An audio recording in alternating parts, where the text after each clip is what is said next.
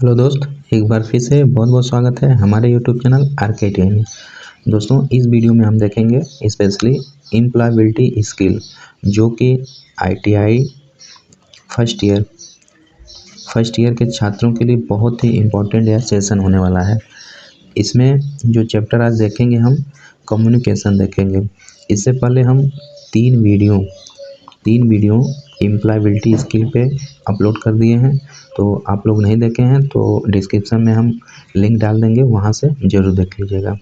और आपको बताना चाहेंगे 2022 में एम्प्लॉयबिलिटी जो 99वीं असाइनमेंट का है वह चेंज पैटर्न हो गया है, तो यह नए पैटर्न पे आधारित होगा आपका एम्प्लॉयबिलिटी स्किल। ठीक है, तो अगर हमारे चैनल से नहीं जुड़े हैं तो RKTI यूट्यूब चैनल को सब्सक्राइब कर लीजिए और अपने सारे जो ITI सभी ट्रेड के जो भी स्टूडेंट है उनमें फॉरवर्ड कर दीजिए। और यह अगर आपको PDF चाहिए तो टेलीग्राम पे विजिट कर लीजिए। RKTI सर्च करेंगे टेलीग्राम पे तो वहाँ से जुड़ के ये PDF प्राप्त कर लीजिएगा। तो चलिए देखते हैं कम्युनिकेशन क्या होता है, व्हाट इज ए कम्युनिकेशन। ठीक है, कम्युनिकेशन स्किल क्या होती है तो इसको हम देख लेते हैं, उसके बाद ऑब्जेक्टिव क्वेश्चन लगाएंगे। तो कम्युनिकेशन को हिंदी में संचार या संप्रेषण कहते हैं। ठीक है, संप्रेषण कहते हैं या संचार कहते हैं। इसका उद्भव लैटिन भाषा में कम्युनिक्स शब्द से हुआ है। कम्युनिकेशन का अर्थ होता है सूचना का आदान प्रदान। दोस्तों, जो कम्युनिकेशन होता है उसका मेन क्या होता है, सूचना का आदान प्रदान करना। ठीक है, कम्युनिकेशन थोड़ी कठिन प्रक्रिया होती है। कम्युनिकेशन स्किल इंसान के व्यक्तित्व का अभिन्न अंग है। ठीक है, कम्युनिकेशन का मतलब है आप अपनी बात को लोगों के सामने, ठीक है, आप अपनी बात को लोगों के सामने कितने प्रभावी रूप से सामने रखते हैं। ठीक है ना दोस्तों, जैसे आपके जो भी फ्रंट में व्यक्ति है तो आप अपनी बात को कैसे उनको सामने रखते हैं। ठीक है, कैसे सामने, कितने प्रभावी रूप से सामने रखते हैं। किसी व्यक्ति से आप बात करने के तरीके को कम्युनिकेशन स्किल कर सकते हैं। यानी कोई भी बंदा है उससे आप अगर अच्छे से बात करेंगे तो गुड कम्युनिकेशन स्किल होगा, अगर मैनर लेस तरीके से बात करेंगे तो बैड कम्युनिकेशन स्किल होगा। ठीक है, तो आप किसी भी क्षेत्र में क्यों नहीं हो, मतलब कोई भी फील्ड हो, आप किसी भी फील्ड में क्यों ना हो, अगर आपका बात करना का तरीका सही नहीं है तो आप सफल नहीं हो जाएंगे। ठीक है, अगर आपका बात करने का तरीका सही नहीं है तो आप सफल नहीं होंगे। अगर आपका बात करने का तरीका बिल्कुल सही है तो आप ज़रूर सफल होंगे, है ना। तो ये सब कम्युनिकेशन स्किल के बारे में है। आगे है संचार कौशल, यानी कम्युनिकेशन स्किल के प्रकार नीचे दिए गए हैं। ठीक है, कौन कौन होता है, जैसे मौखिक संचार होता है, लिखित संचार होता है, अमौखिक संचार यानी verbal communication, written communication and non verbal communication. तो मौखिक संचार देख लेते हैं, यानी वर्बल कम्युनिकेशन क्या होता है, ऐसी संचार प्रणाली जिसमें हम एक या एक से अधिक लोगों से बात करके संदेश का कम संप्रेषण करते हैं। ठीक है, इसका उपयोग समूह में टेलीफोन के माध्यम से करते हैं। इसमें आप अपने शब्दों से किसी व्यक्ति को मना सकते हैं। इसका हमारे जीवन में बहुत महत्व होता है। ठीक है ना, मौखिक संचार का, इसलिए आपकी मौखिक संचार सही होनी चाहिए। तो मौखिक संचार बहुत इम्पोर्टेंट है। इसमें क्या होता है कि इसका उपयोग समूह में टेलीफोन के माध्यम से कर सकते हैं और आप अपने शब्दों को आप अपने शब्दों से व्यक्ति को मना सकते हैं, तो इसका उपयोग बहुत होता है। ठीक है, दूसरा देख लेते हैं लिखित संचार। जो राइटन कम्युनिकेशन होता है वह क्या होता है, लिखित संचार का मतलब अपनी बात को लिखित रूप से समझाना। आपके लिखने की कला व्यक्तित्व को प्रभावित कर सकती है।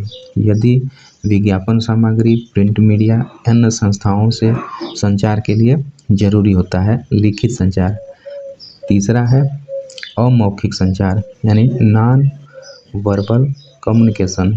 देख सकते हैं जो अमौखिक संचार है, नॉन वर्बल कम्युनिकेशन। ठीक है, यह क्या होता है, इसमें आप अपनी बॉडी लैंग्वेज के द्वारा किसी से बातचीत कर सकते हैं, ठीक है। कोई मतलब कोई भी व्यक्ति है उससे अपने बॉडी लैंग्वेज के द्वारा कैसे करना है, क्या करना है, मतलब उसके द्वारा आप बातचीत कर सकते हैं।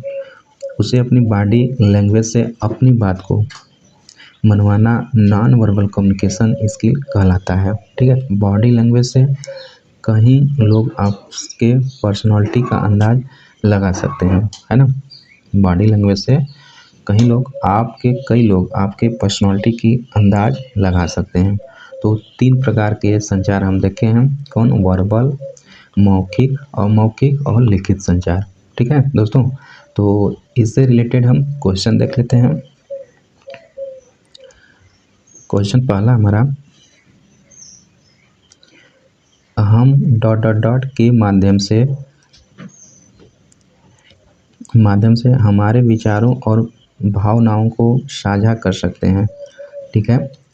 तो किससे साझा कर सकते हैं? कम्युनिकेशन से, रीडिंग से, वाचिंग से, हियरिंग से, यानी कम्युनिकेशन संचार के द्वारा, रीडिंग मतलब पढ़ने के द्वारा, देखने के द्वारा, सुनने के द्वारा।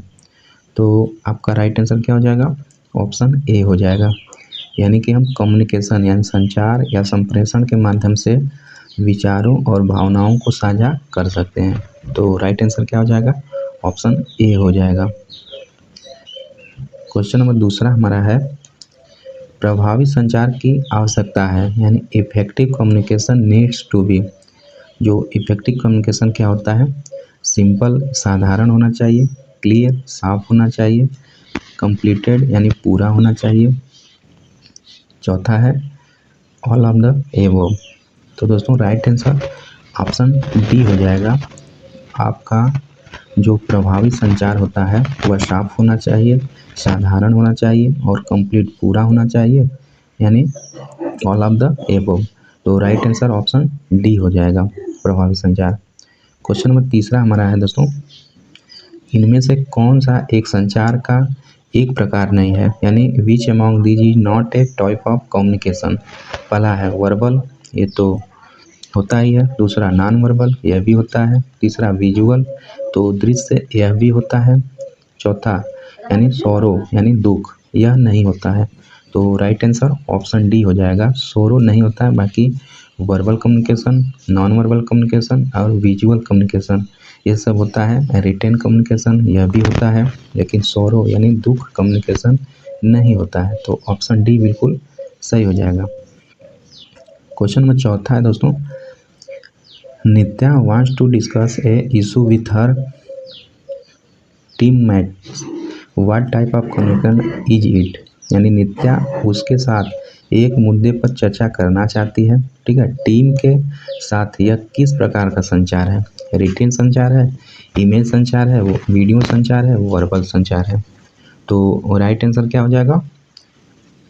ठीक है दोस्तों, तो राइट आंसर क्या हो जाएगा? तो राइट आंसर ऑप्शन बी हो जाएगा, इमेज कम्युनिकेशन है, ठीक है। वह मुद्दे पर चर्चा करना चाहती थी, कर नहीं रही है ना, इसलिए इमेज कम्युनिकेशन हो जाएगा। अगर चर्चा कर रही थी तो ये वर्बल कम्युनिकेशन हो जाता, लेकिन मुद्दे पर चर्चा करना चाहती थी इसलिए यह इमेज कम्युनिकेशन हो जाएगा। राइट आंसर ऑप्शन बी हो जाएगा, 2 हो जाएगा, ठीक है। तो क्वेश्चन 5वां देख लेते हैं, the way we sit, our facial expression and body language show ... communication. यानी जिस तरह से हम बैठते हैं, हमारी चेहरे की अभिव्यक्ति और शरीर भाषाओं को शो ... संचार। शो संचार क्या होता है? 4 ऑप्शन दिया है। नॉन वर्बल होता है, स्ट्रेंथ तनाव होता है, फिजिकल फिटनेस होता है या नॉन होता है। तो राइट आंसर क्या हो जाएगा? यह नॉन वर्बल होता है। अभी हम देखेंगे बॉडी, जो हमारी बॉडी लैंग्वेज होती है उससे हम किसी चेहरे को मतलब आदमी व्यक्ति को पहचान सकते हैं कैसी उसकी कम्युनिकेशन है। तो अभी हम देखें तो राइट आंसर आपका ऑप्शन ए हो जाएगा, नॉन वर्बल, मैंने गैर संचार या फिर संचार, नॉन संचार होता है ना, तो ऑप्शन ए बिल्कुल सही हो जाएगा, ठीक है, नॉन वर्बल, ठीक है। तो क्वेश्चन नंबर 6 देख लेते हैं।